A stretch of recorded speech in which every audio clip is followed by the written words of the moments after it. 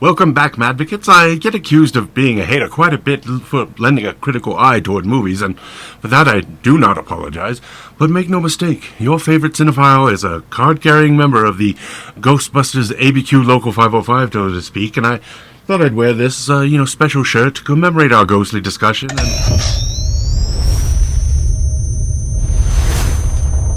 Oh, wow. This is Owex Solo, the Cinema Advocate.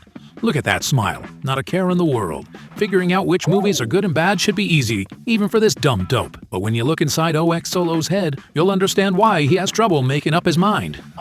On one side, I'm his fanboy side. Without my unabashed love for movies, this pasty tub over here wouldn't even exist. And on the other side, I'm the cinephile side, and I don't just watch films, I critique them. And as an award-winning filmmaker, we are perfectly prepared to let you know why damn near every movie that has ever been made, short of Deflator Mass, is a waste of the film that it was shot on. Yeah, I totally disagree. And seriously, this happens damn near every single movie. Sometimes they agree, usually they don't. But whose argument will Owex side with in the end? It's always a battle inside Owex's head, and he's constantly stuck being of two minds.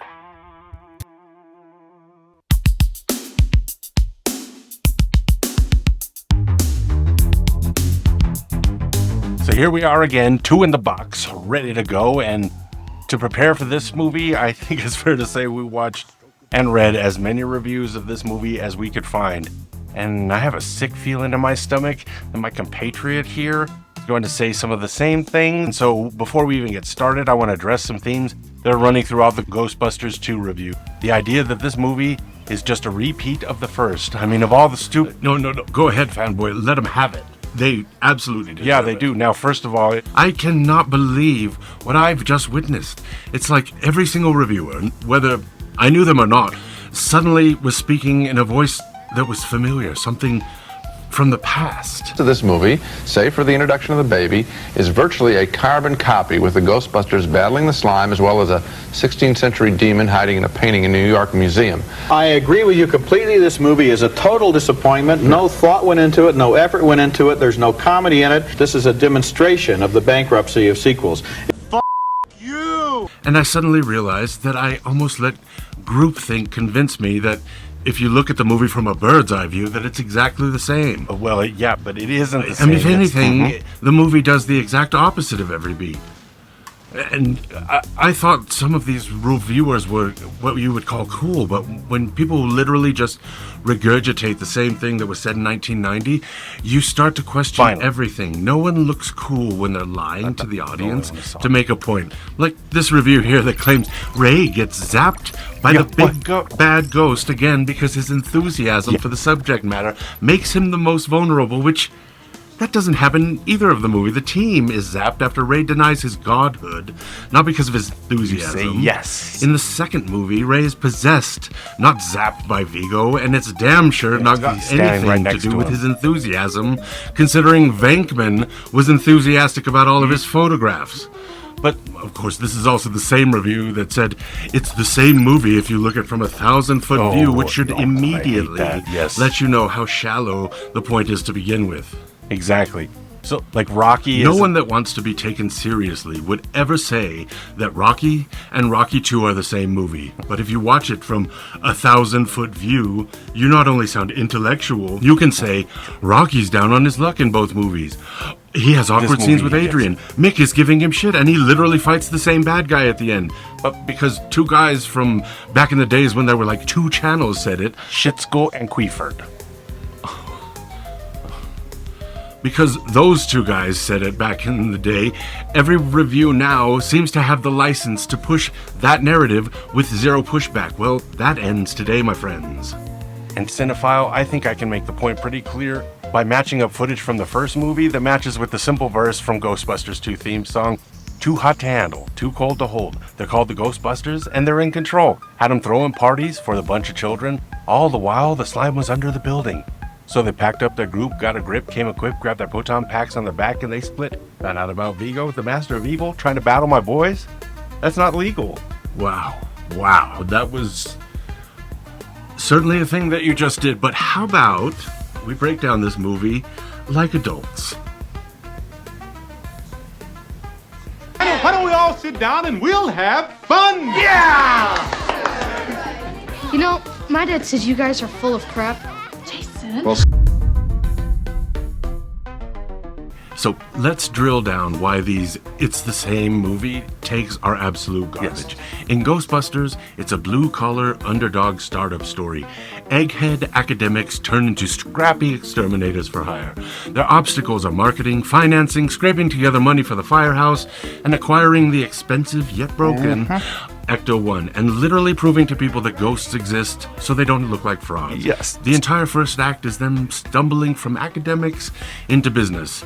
Take out the ghosts and insert giant bugs that are threatening to invest the city, and it's exactly the same movie. And in Ghostbusters 2, there's no building of anything. It's a continuation of the story. The business is dead.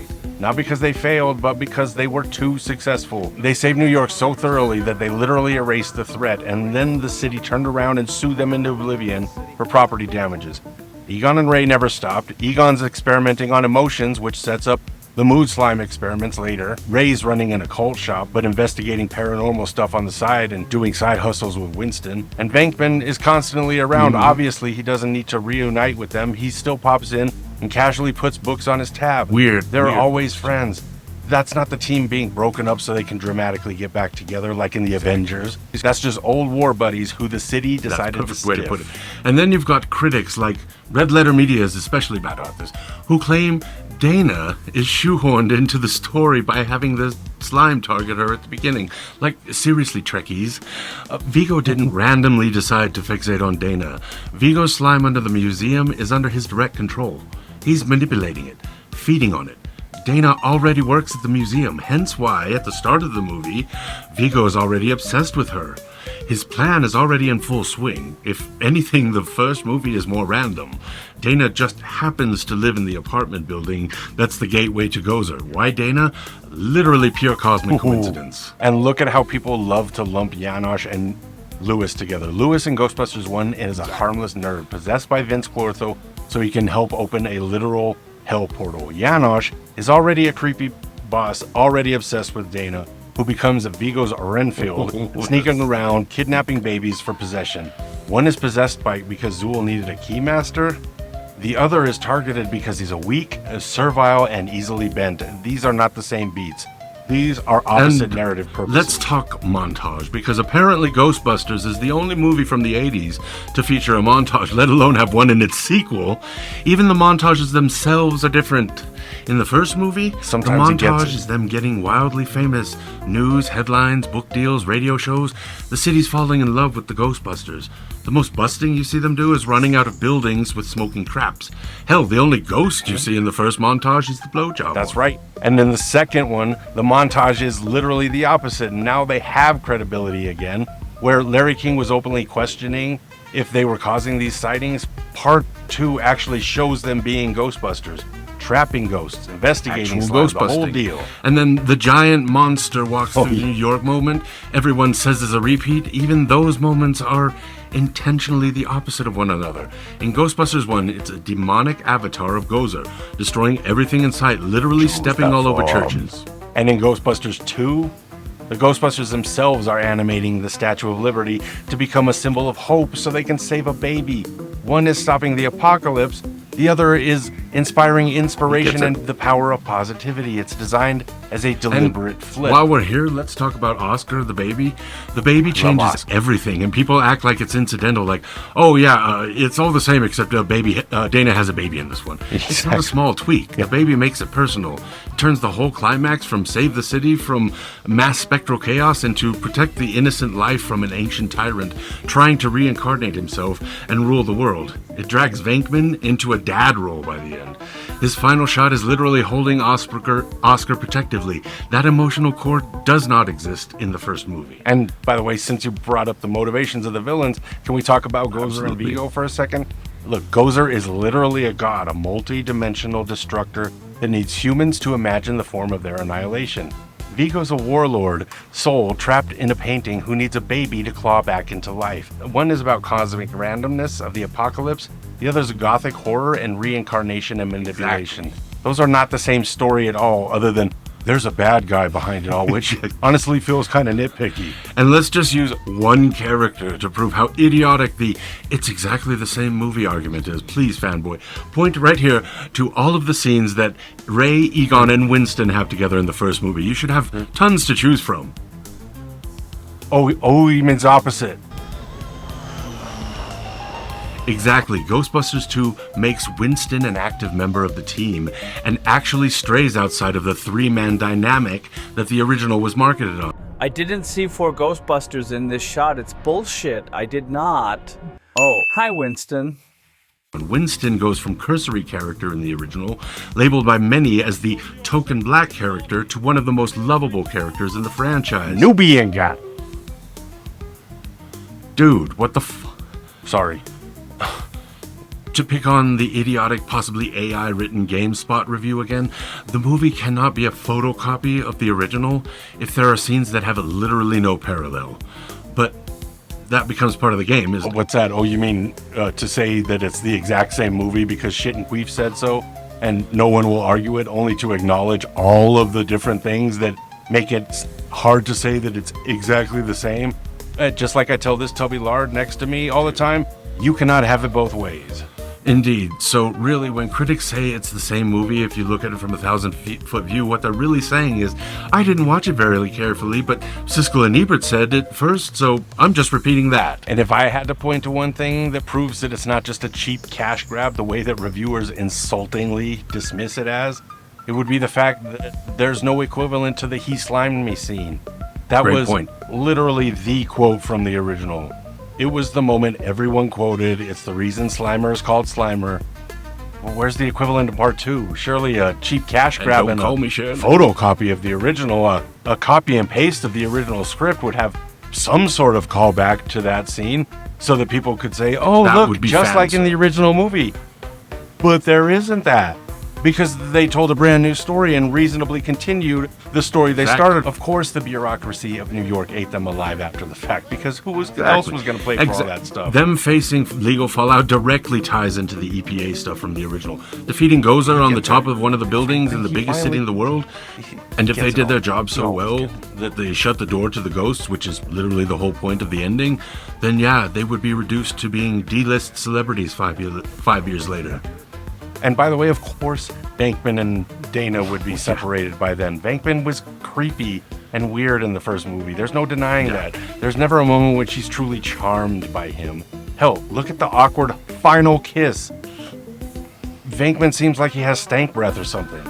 What critics are doing is either parroting what they heard from the high saints of nostalgia movie reviews, or they're looking at the visual style and similarities and equating that to being the same movie. But I'm sorry, Justin. I will not concede that the movie is the same simply because it shares similar beats from 1,000 feet away. Well, I'm sorry I had to be so rough on you and all the other critics, but it really is for your own good. So I guess that wraps it up for the week. So next... Whoa. Sorry, not so fast. That doesn't mean the movie doesn't have some issues.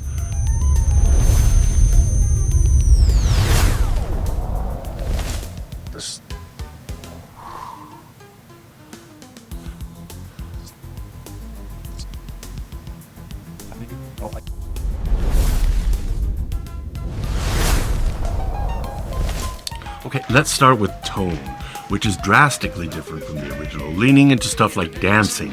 Folks, even the toasters dance in this movie.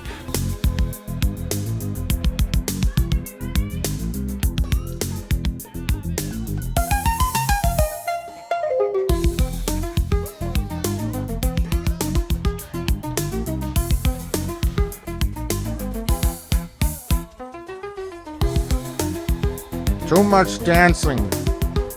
Stop dancing.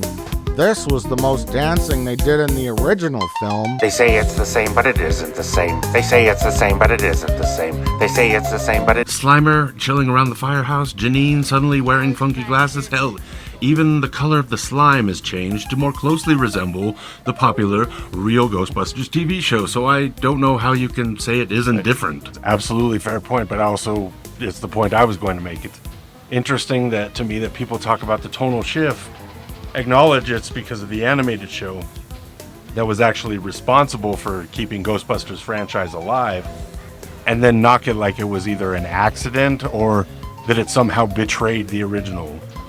But in many ways, it did betray what many of the original fans over the age of 10 loved about the original film. So? What do you mean, so? It alienated the older fan base. Well, here's where we get to the uncomfortable truth, and that's the fact that there are really two forms of the Ghostbusters fanboy.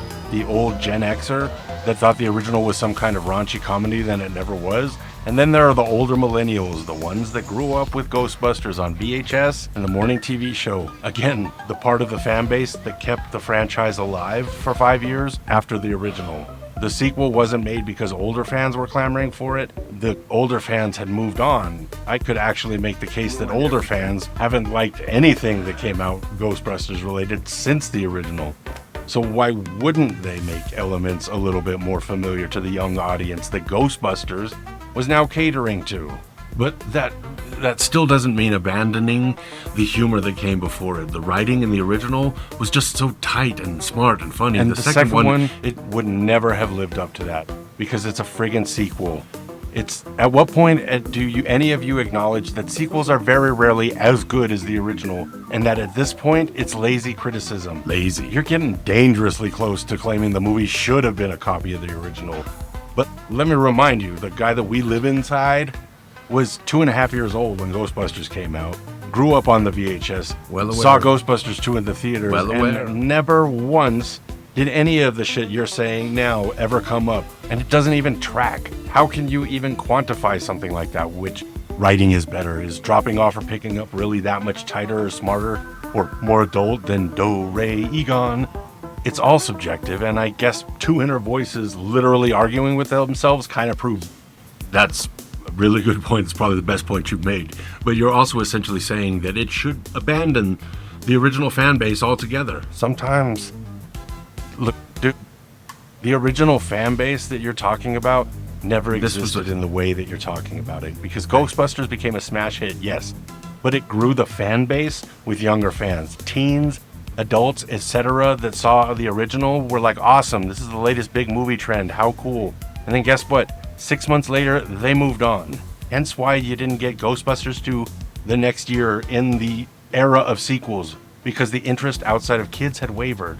The direct pivot to catering to kids is what created two versions of Ghostbusters fans. But outside of a handful of super fans that were still watching Saturday morning cartoons, the older fan base lost interest. And sure, there are some older fans that love the real Ghostbusters, but I'd actually bet dollars to Twinkies that those fans loved Ghostbusters 2 as well. There's a reason why damn near all Ghostbusters fans hated the remake. There's also a reason why the fans of the original film only hated Afterlife and Frozen Empire as well. But it was embraced by the younger generation, mostly because it felt like the cartoon they grew up with. The reason I bring up all the old nostalgic stuff is just to say, as a Ghostbusters kid, I appreciate it. With Afterlife and Frozen Empire, they gave us what we wanted. I thought the original Ghostbusters canon was long dead, but it's nice they delivered. Overall, I enjoyed both films, and I'm happy they did it. Absolutely hard to argue. Yeah, I know. And now imagine if you applied that logic to the Star Wars fandom. Now that is scary. And by the way, I would also claim it only slightly leaned into a more childlike tone, because this wasn't Revenge of the Nerds or Police Academy going from raunchy TNA to suddenly being CG.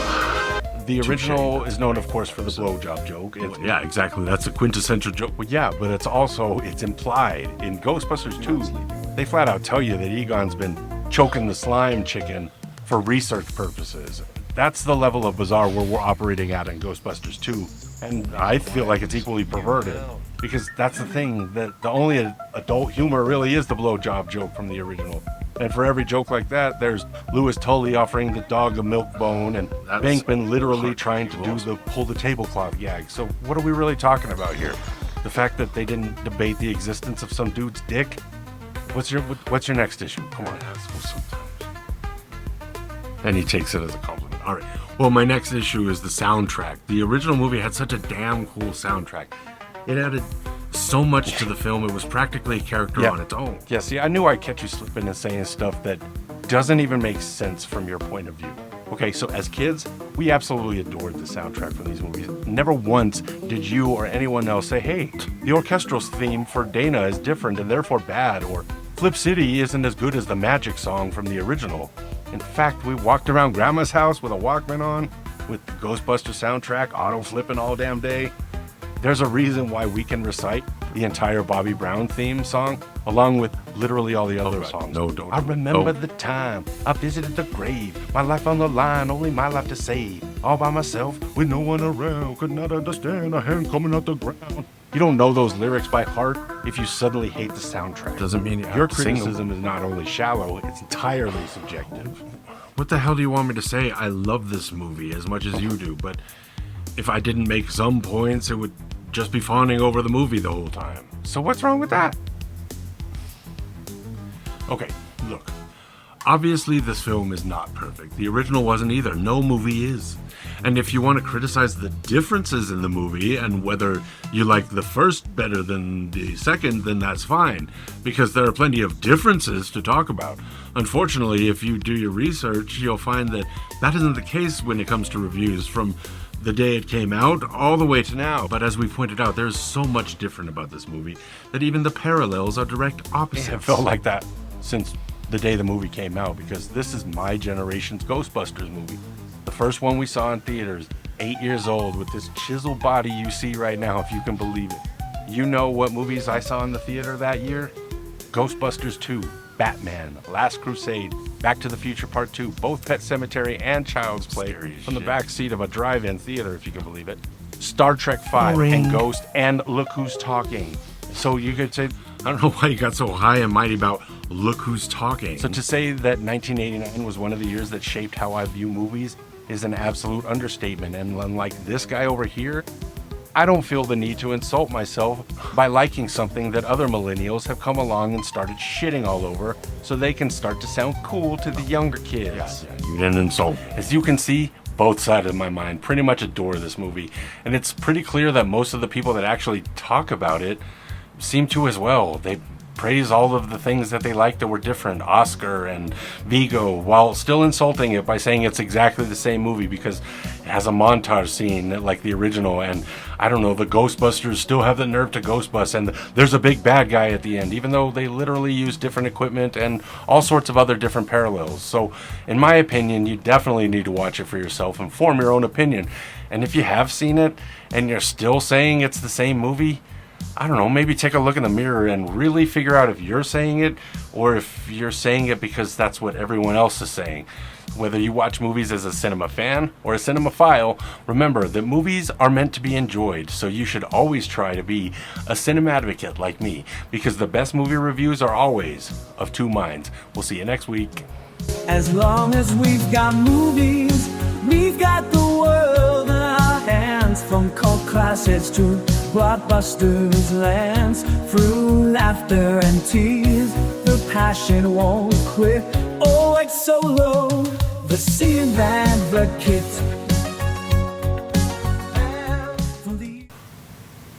Newbie. I bet you almost made me laugh. Hey, you know, I think I won this episode, so... How do you well, figure... That makes me 3-0, so... makes me pretty Superman. Superman 3. 3-0, Superman. 3-0. Superman 3. No, wait just a damn minute. I thought Superman we were doing Chasing 3. Amy because of the Nubian...